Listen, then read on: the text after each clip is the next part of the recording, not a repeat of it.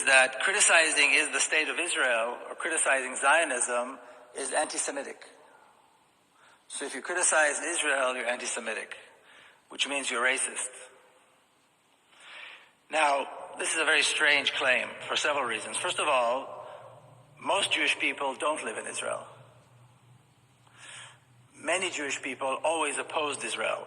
Many Jewish people rejected Zionism. So are they also anti-Semitic? What about those Jewish people?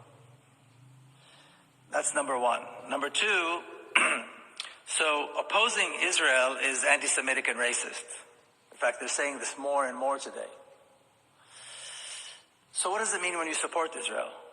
Is there a name for that? Because if we support Israel, we support a state that has thousands of political prisoners. If we support Israel, we support a state that has laws that discriminate against the non-Jews. If we support Israel, we support a state that gives less water to Palestinians because they're not Jewish.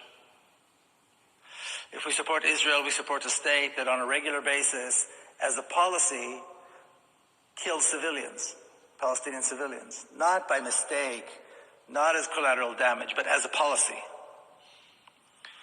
So opposing all of that is anti-Semitic, and supporting all of that is okay? How does that even make sense? How is supporting all of that okay? This is supposed to help the Jews? This is supposed to help anyone?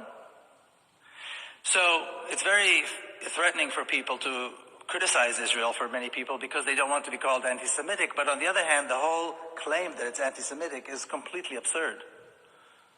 Because criticizing Israel is the right thing to do. Criticizing any racist regime is the right thing to do, regardless if they're Jewish or Muslim or Christian or anything else.